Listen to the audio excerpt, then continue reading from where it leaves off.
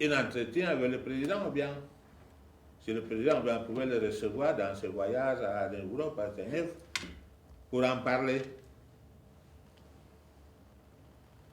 Et en public, à la presse, il tient un autre langage. Donc, quel sérieux peuvent être ces messieurs de la Corée? Et d'ailleurs, vous savez qu'ils vont avoir une institution au sein de cette coalition. Maintenant, paraît-il qu'il y a déjà 3 COREF. Il y a une COREF basée ici à Paris, et il y a un COREF itinérant, c'est Véromoto, et les autres qui viennent de Londres, de Paris, et tout ça, pour faire des manigances ici à Paris, et reproduire des listes. Il y a la COREF de Mme Émile Nsama, qui, dans ses révélations, il dit elles savent comment ils étaient en train d'organiser ce type de montage. Nous avons cette information. Celles qui veulent s'entretenir avec elle, ils pourront le contacter. Peut-être notre ami connaît où il peut la trouver. Il n'est pas ici. Nous, on n'a pas rien à voir avec. Mais elle peut vous dire comment ses amis d'hier faisaient ce montage. Donc, c'est une liste que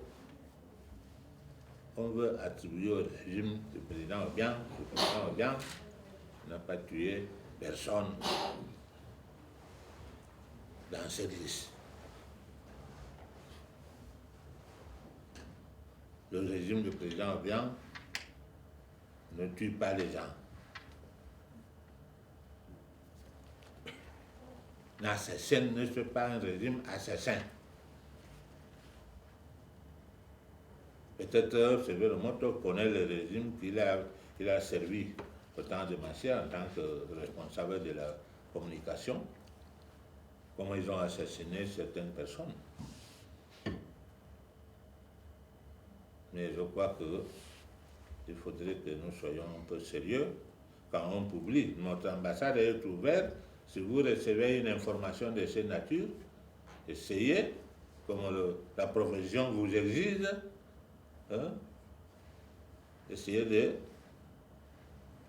constater si ces informations, le gouvernement a quelque chose à dire. Mais nous ne savons pas dans quel intérêt. La RFI, presque en boucle,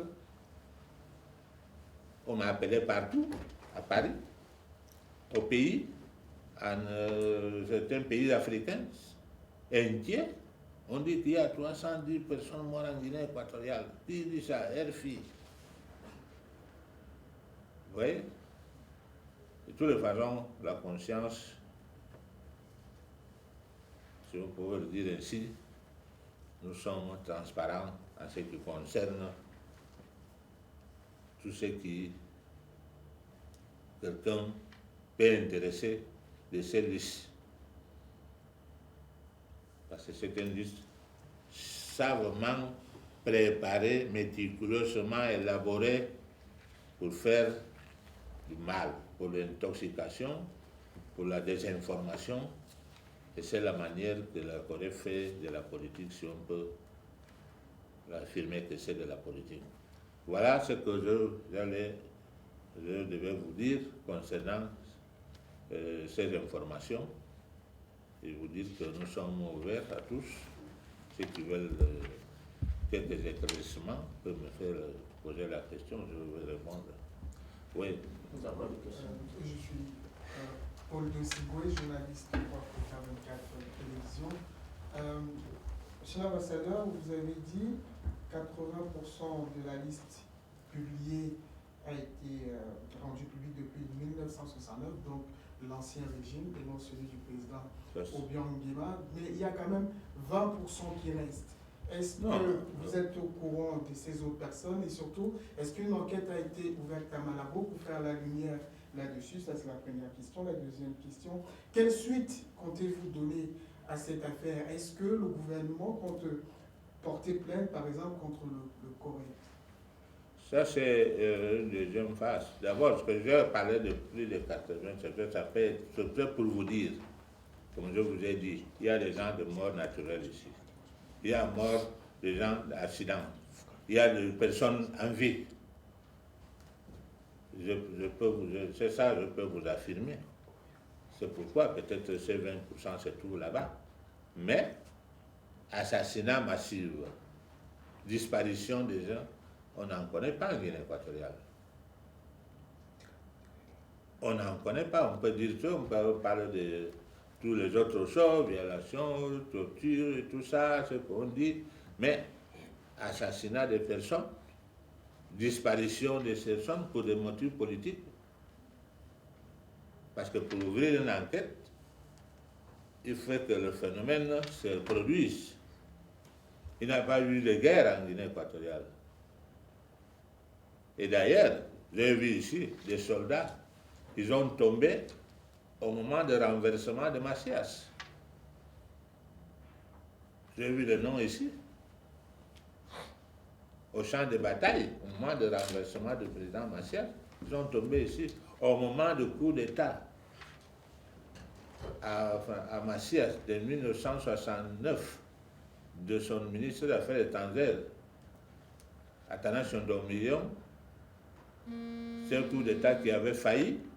J'ai vu le nom de ces personnes ici en 69, 3 août, non, 5 mars 1969.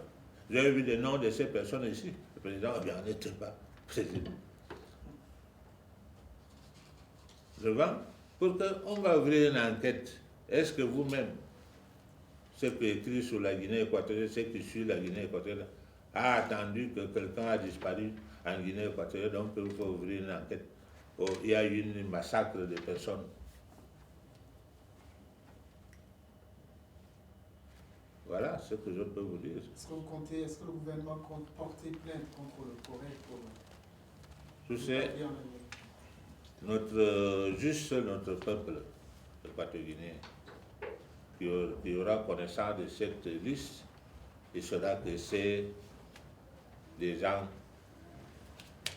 de mauvaise foi. De toute façon, l'affaire est aux mains de mon gouvernement que j'ai transmis déjà. Les instances compétents vont en décider s'ils veulent présenter plainte par diffamation, par ce que ce soit. Mais nous croyons que c'est donner trop d'importance à la COREF. C'est donner trop d'importance à la COREF parce que la COREF ne représente rien en Guinée équatoriale.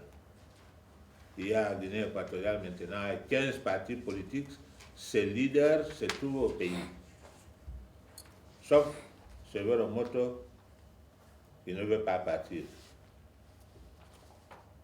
Et la COREP, quels sont les partis qui composent la COREP?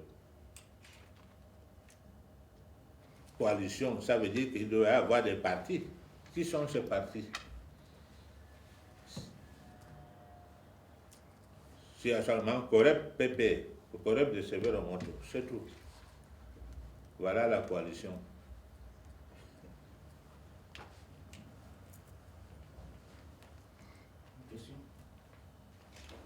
Une question de précision, monsieur l'ambassadeur, puisqu'on parle de précision, vous pourriez revenir sur Severo Moto.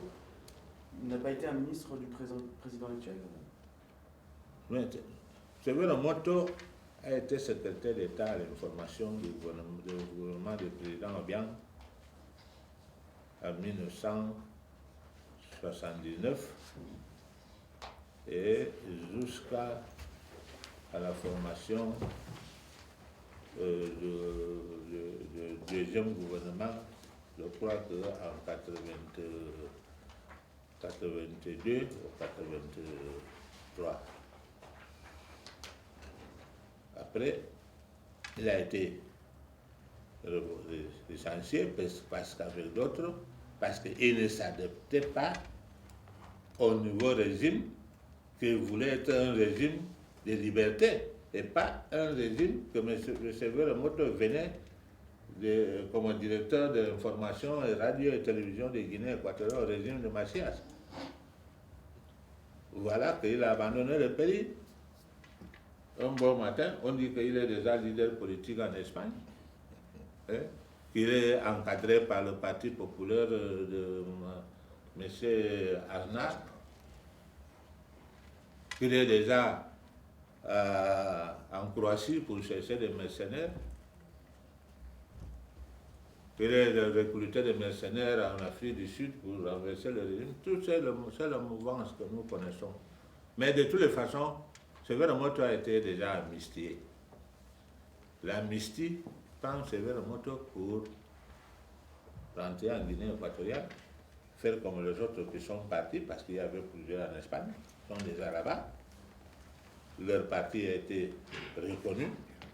Les élections sont l'année prochaine. Nous demandons quand est-ce que la Corée va se préparer pour participer à ces élections. Ils parlent de dialogue, mais nous avons convoqué le dialogue en novembre. Ils étaient invités. Ceux qui sont voulu partir sont partis. Ils ont quitté l'Espagne, la France, le Gabon, tous ceux qui étaient dehors sont rentrés, sauf Sévère Moto. Peut-être qu'ils voudraient une opération Barracuda, non? Comme on avait amené David Laco. Ça devait à un moment donné, je ne sais pas.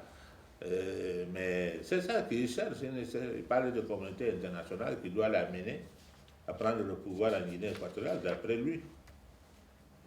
D'après lui, dans un document ici qu'ils ont amené ce matin, je crois qu'il parle qu'il demande,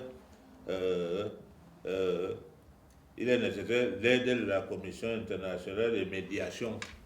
On n'a pas besoin d'une médiation internationale si Sévère Moto est amnistié et allé en Guinée équatoriale.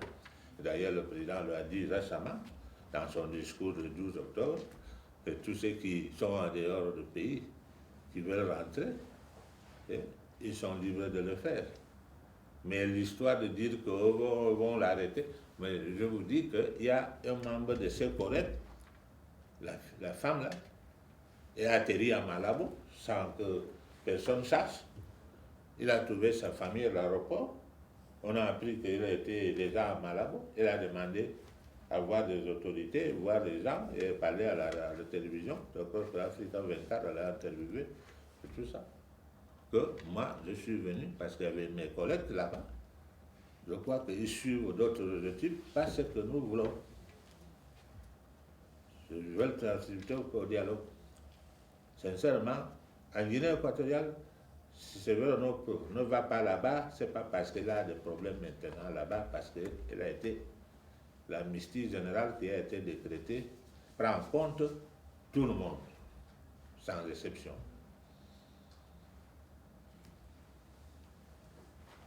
Parmi les personnes que vous avez, vous parlez de personnes qui sont toujours en vie dans la liste. Est-ce que vous pourriez nous donner quelques noms? Monsieur, je vous ai dit que, d'après ce que j'ai appris, parce que c'est 300 et quelques noms, il y a beaucoup ici que je ne connais pas, mais les gens qui connaissent disent qu'il y a des gens qui sont en vie. Il y a plusieurs gens qui sont en vie, mais d'autres qui sont morts de mort naturelle. Et un tel, quand on regarde ces listes. D'ailleurs, dans ces listes, nous avions aussi un frère aîné du président de la République, Couture Sormoyan. Il est mort par cirrhose hépatique. On met son nom dans la liste. C'est pour vous dire que dans ces listes, il y a de tout. C'est une salade. Mais je vous dis, l'unique élément que je peux avoir des renseignements sur ce que grande partie de ces noms-là ont été cités au tribunal qui a jugé Macias, comme des gens morts et disparus dans son régime, pas le régime du président Obiang. Ça, je peux vous confirmer. Je peux connaître seulement les gens qui sont membres du gouvernement, mais tous les restes là, c'est des maîtres d'école, de tout ça, comme il met ici, des infirmiers. Comment je peux savoir que c'est infirmier? Mais avoir le nom des personnes qui sont encore en vie, ça pourrait nous aider éventuellement à vérifier la liste. Pour nous permettre de vérifier. De vérifier si on avait le nom des personnes qui sont encore en vie. Non, on peut vérifier, mais c'est pas, je n'ai pas me suis arrêté à vérifier. J'ai seulement l'information que les gens qui l'ont vérifié, ils l'ont dit au pays, que même, il y a même des gens qui sont en vie ici, qu'on met son nom, il ne m'a pas donné. Mais la vérité, c'est que, comme j'ai dit, la plupart des noms ici sont des gens qui sont morts au régime de Machias, si ils sont morts. Parce qu'il y a des ministres ici. Il y a des noms des gens qui sont morts par accident. Par exemple, Philippe Volmonian était ancien ministre de l'Intérieur. Il est mort en venant de sa plantation à 10 km de Malabo et sa véhicule petit est rentré derrière un camion par le brouillard à 6 heures du matin. Je l'ai connu, je peux témoigner. Son véhicule est rentré devant. Il y a un autre nom qui apparaît ici, comme tué par le président Obiang, son chef de sécurité présidentielle. Il sortait dans une caravane avec le président. Son véhicule était devant. Le président venait derrière. Ils ont tombé dans un ravin à 5 km de Malabo, dans une fleuve. Son nom est là. Un acte de service, son chef de sécurité.